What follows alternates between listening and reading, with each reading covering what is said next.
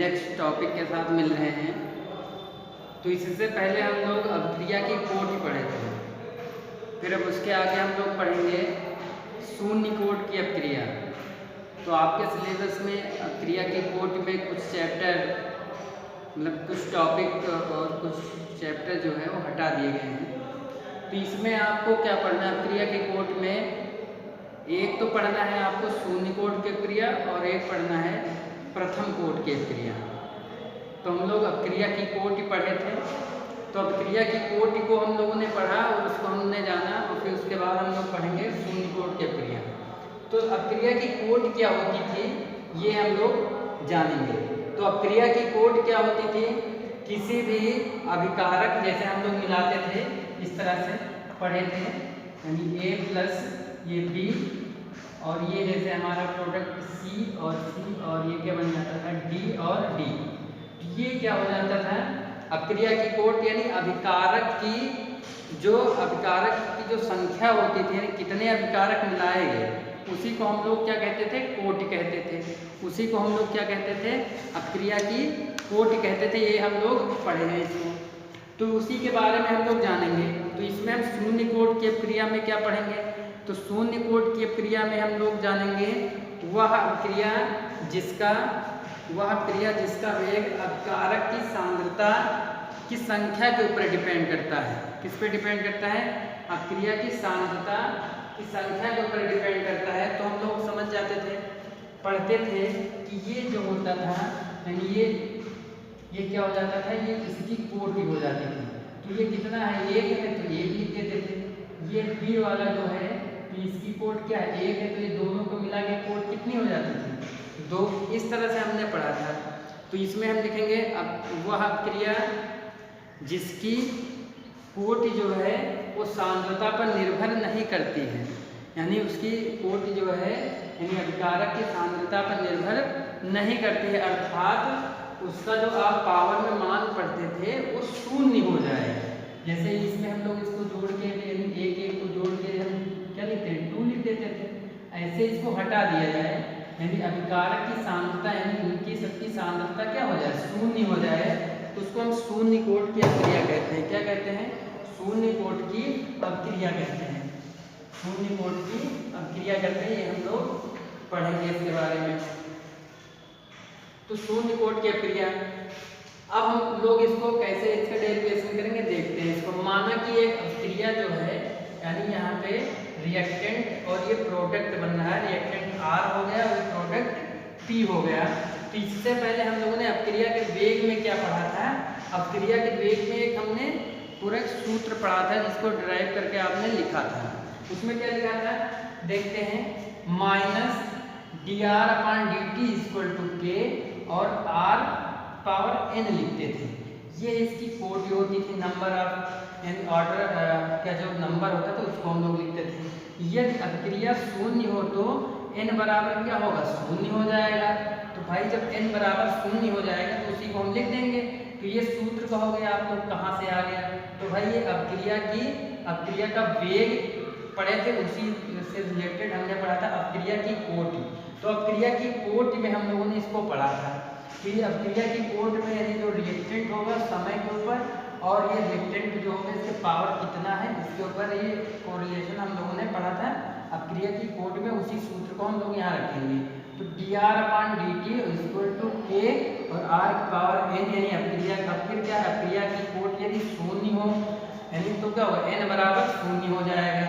तो इसी को रखेंगे -dr/dt = शून्य, हम इसको रखेंगे। यदि हम इसको क्या रखेंगे? शून्य रखेंगे तो क्या होगा?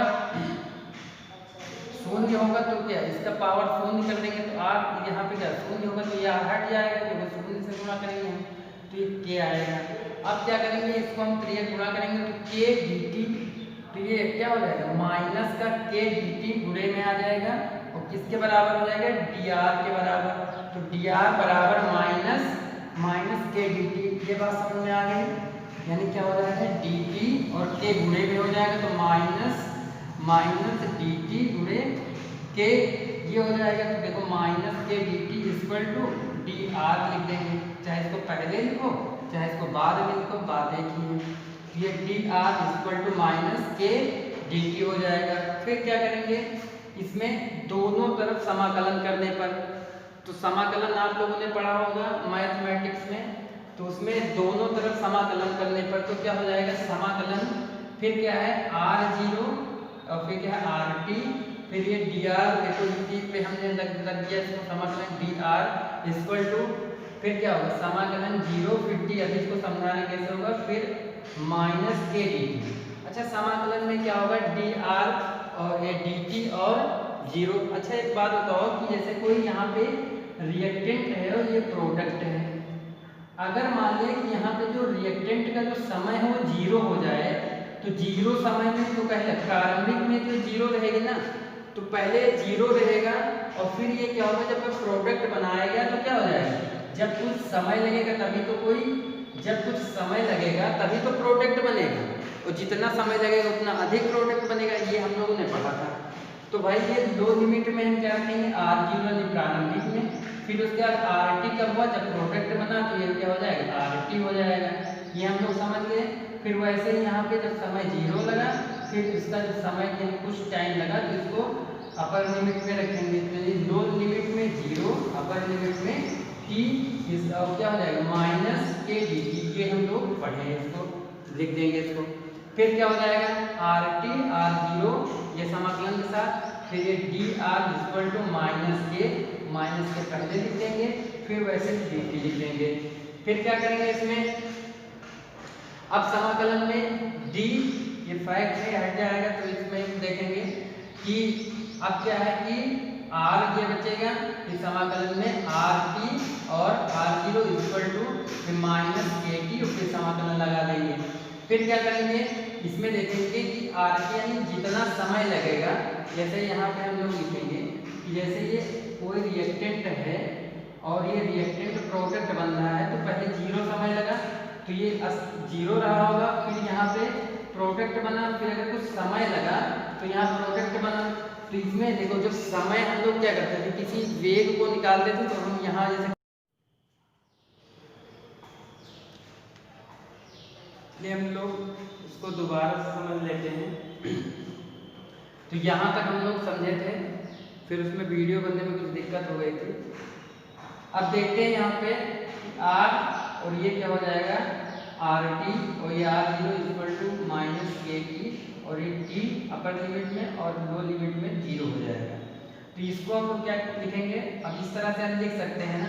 फिर देखते हैं कि ये वाला देखें अपर लिमिट का आर टी माइनस और क्या लो लिमिट का आर जीरो इक्वल टू, और क्या है यहाँ पे देखेंगे के है, और ये टी को हम क्या करेंगे, टी की वैल्यू यानी टी जो पहले यानी जीरो समय में था, ये समय जब जीरो लगता था शून्य लगता था, तो टी इक्वल टू जीरो था, तो इसको हम क्या लिखेंगे r t minus r zero equal to minus k, और फिर ये टी हो जाएगा।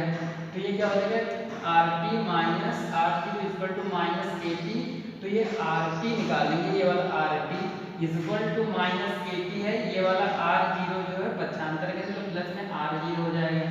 ये हमारा शून्य कोट की अपक्रिया का सूत्र हो जाएगा।